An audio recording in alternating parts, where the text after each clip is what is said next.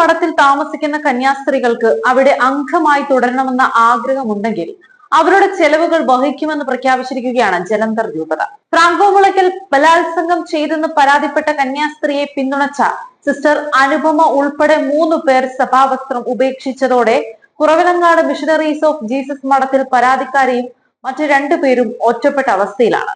ഇവരുടെ ജീവിതമാർഗം ഇല്ലാതായ നിലയിലാണ്. ഇതിനാലാണ് ജലന്ധർ രൂപത ഇത്തരത്തിലുള്ള പ്രതികരണവുമായി രംഗത്തെത്തിയിരിക്കുന്നത്. കന്യാസ്ത്രീകൾക്ക് മെഡിക്കൽ ബിൽ തുകയും ദൈനംദിന ചെലവുകൾക്കായി പ്രതിമാസം 20,000 രൂപയും നൽകുമെന്ന വാഗ്ദാനം ഇപ്പോഴും നിലനിൽക്കുന്നുവെന്നാണ് രൂപതാ സെക്രട്ടറി വ്യക്തമാക്കിയിരിക്കുന്നത്. ജലന്ധർ രൂപതയുടെ ഉടമസ്ഥതയിലുള്ള ഈ മന്ദിരം ഒരു കോൺവെന്റായി ഉപയോഗിക്കാൻ മിഷണറീസ് ഓഫ് ജീസസിന് നൽകിയതായിരുന്നു. ഫ്രാങ്കോ മുളയ്ക്കൽ നിരപരാധിയാണെന്ന് പ്രഖ്യാപിച്ച കോടതി വിധിക്കെതിരെ അപ്പീല് നൽകിയ 4 കന്യാസ്ത്രീകൾ അവർക്ക് ഒപ്പമുള്ള മറ്റ് കന്യാസ്ത്രീകളിൽ നിന്നും സുപ്പീരിയറിൽ നിന്നും തങ്ങളുടെ ജീവൻ അപകടത്തിലാണെന്ന് ആരോപിച്ചിരുന്നു. മറ്റുള്ളവരെ ഒഴിവാക്കി കെട്ടിടം തങ്ങളുടെ കൈവശം വെക്കണമെന്നും അവർ രൂപതയോട് അഭ്യർത്ഥിച്ചിരുന്നു. അവരുടെ അഭ്യർത്ഥന മാനിച്ചാണ് ജലന്ധർ ബിഷപ്പ് മറ്റുള്ളവരെ കുറവലങ്ങാട്ട് നിന്ന് പിൻവലിച്ചത്. അതോടെ അത് കോൺവെന്റ് അല്ലാതായി.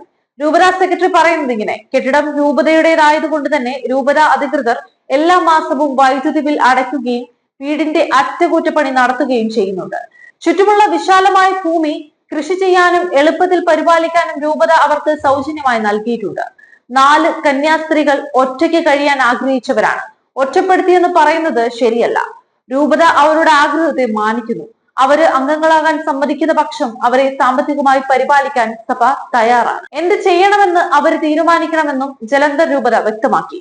6 പേരുണ്ടായിരുന്ന മഠത്തിലെ അനുപമ, നീന റോസ്, ജോസ്ഫൈൻ എന്നീ കന്യാസ്ത്രീകളാണ് സഭാവസ്ത്രം ഉപേക്ഷിച്ചത്. നിലവിലെ പരാതിക്കാരി സിസ്റ്റർമാരായ ആൽഫി, അൻസീറ്റ എന്നിവർ മാത്രമേ ഇവിടെയുള്ളൂ. കേസ് തുടങ്ങിയ നാൾ മുതൽ ഏർപ്പെടുത്തിയ പോലീസ് സുരക്ഷ തുടരുന്നുണ്ട്. കേസ് ഉണ്ടായത് മുതൽ നിത്യചെലവിനുള്ള പണം മുടങ്ങിയതിനാൽ 3 പേരും ബുദ്ധിമുട്ടുകയാണ്. ചില ദിവസങ്ങളിൽ ആഹാരത്തിന് പോലും ബുദ്ധിമുട്ടുണ്ടെന്നാണ് സൂചന. 2 വർഷം മുൻപ് വരെ ഹോസ്റ്റൽ ഉണ്ടായിരുന്നു. അതിൽ നിന്നും കൃഷിയിലേക്കുമുള്ള വരുമാനം പൂർണ്ണമായും ജലന്ധർ രൂപതയ്ക്ക് നൽകണമെന്നതായിരുന്നു വ്യവസ്ഥ. തുടർന്ന് അംഗങ്ങൾക്ക് ചെലവിനുള്ള തുക രൂപതയിൽ നിന്ന് നൽകിയിരുന്നു. ഹോസ്റ്റൽ പ്രവർത്തനം സഭ നിർത്തിയതോടെ മഠത്തിന്റെ സ്ഥലത്ത് കോഴിയെ വളർത്തുകയും ചെറിയ കൃഷി നടത്തിയുമാണ് അംഗങ്ങൾ കഴിഞ്ഞിരുന്നത്. സിസ്റ്റർ നീന ഇടക്കാലത്ത് വാഹനാപകടത്തിൽ പരിക്കേറ്റ് ഏറെ നാൾ ചികിത്സയിലുമായിരുന്നു. ജീവിക്കാൻ ഒരു നിവൃത്തിയും ഇല്ലാതെയാണ് 3 പേർ മഠം വിട്ടതെന്ന് ഇവരോട് അടുപ്പമുള്ളവർ പറയുന്നു.